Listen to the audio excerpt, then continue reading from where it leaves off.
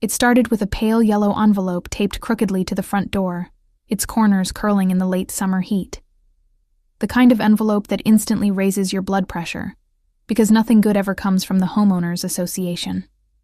Inside was a letter, printed in a stiff, self-important font. It stated that the large oak tree in my front yard, a tree that had stood longer than any house on the street, was in violation of the Uniform Aesthetic Guidelines of the Oak Ridge Meadows community. Apparently, the roots were encroaching upon the public sidewalk and creating a potential tripping hazard. The letter gave me 10 days to remove the tree or face a fine of $100 per day. 10 days to erase a century of life. 10 days to cut down what had shaded generations, what had been a nesting place for birds, a climbing post for children, and a quiet companion through all seasons. Neighbors whispered that the HOA president, a woman named Carol with a clipboard that seemed permanently attached to her hand, had complained. She thought the tree dropped too many leaves in the fall.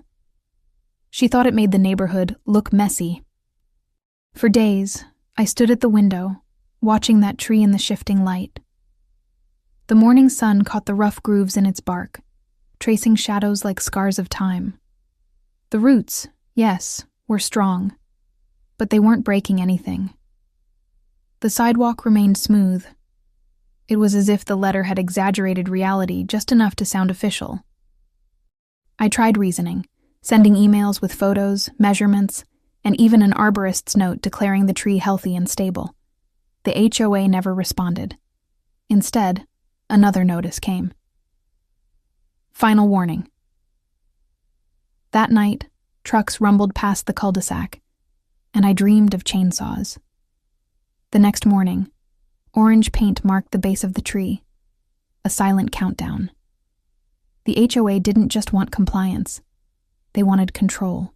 The oak was the last tall tree on the street, the only thing that dared to be imperfect in a row of manicured lawns and imported palms.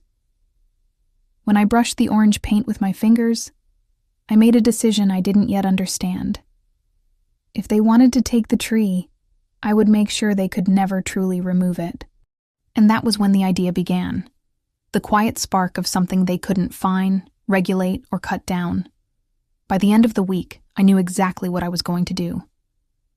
The morning of the 10th day arrived heavy with humidity, the kind that makes the air feel thick enough to swallow. The tree still stood, orange marks glowing faintly under the gray sky. The HOA expected compliance by noon. I had been up since dawn, moving quietly, gathering things that had once been forgotten in boxes, candles, framed photos, small wooden carvings, and old trinkets. It wasn't rebellion at first. It was grief. But as I worked, grief became something stronger. I began by clearing the soil around the base, shaping a circular bed from smooth stones. Then, I placed a ring of white candles around the trunk, lighting them one by one until the flickering light played across the bark. I hung wind chimes from the lowest branches, their tones soft and haunting. By the time the sun reached its highest point, the oak had transformed. The orange spray paint was still visible, but I'd traced over it with gold leaf, turning the mark of destruction into a symbol of reverence. The air smelled of wax and cedar. Neighbors started to slow their cars, confused at first, then curious. Some got out, taking photos. One whispered something about how beautiful it looked. By the afternoon, word had spread through the community Facebook page. The tree shrine, someone called it.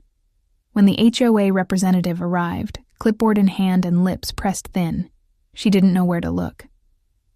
The tree was no longer a tree.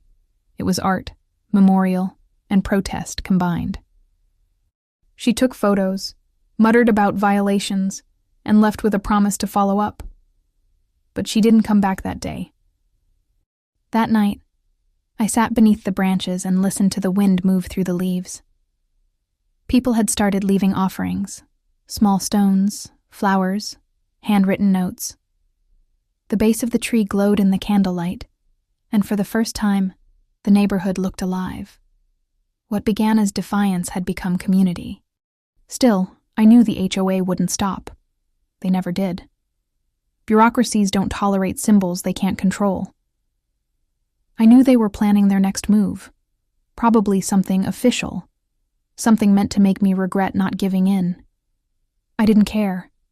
The oak had become something more than property, and when the notice finally came again, thicker envelope, more signatures, and an order of removal, I was ready.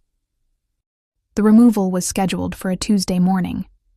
2 trucks pulled up before sunrise, one with a wood chipper, the other with a small crew in reflective vests. The HOA president stood at the curb, arms crossed, smiling faintly. It looked official, almost ceremonial, like they were proud to be enforcing order. But the shrine had changed everything. By the time the trucks arrived, there were people waiting, neighbors, strangers, even a few local reporters who had caught wind of the HOA tree shrine controversy. The story had gone viral online over the weekend, spreading faster than the HOA could control. Someone had shared drone footage of the shrine at night, candles flickering under the branches like stars trapped in the leaves. Every camera pointed at the workers. Every microphone pointed at Carol. When they tried to start the saw, someone began reading aloud the comments from the online petition, tens of thousands of signatures asking to preserve the oak as a community landmark. Others held signs. One man played soft music from a portable speaker. The workers hesitated. The air was electric. Eventually, the trucks left. No one said anything official, but everyone knew. The HOA had backed down, at least for now. They couldn't risk becoming a meme, another headline about overreach and pettiness. Weeks passed. The shrine remained. People came from other towns to see it, leaving notes and photos, thanking the tree for surviving. The HOA issued new decorum guidelines, but they never mentioned my tree by name. The candles, the chimes, the offerings, they became part of the neighborhood's rhythm. Every gust of wind sang through the branches like a memory. In the end, the HOA never took my tree. They tried, but the story spread too far, too fast. The tree wasn't just mine anymore. It belonged to everyone who had ever fought something unfair, something absurd, something small but meaningful. The oak stood through another season, leaves turning gold in the autumn sun. It had become something beyond defiance. A shrine not just to nature, but to stubbornness, to community, to quiet resistance. And sometimes, when I sit beneath it at night, I still see the faint trace of that orange paint under the gold. A reminder of how control tried to erase beauty, and how beauty won.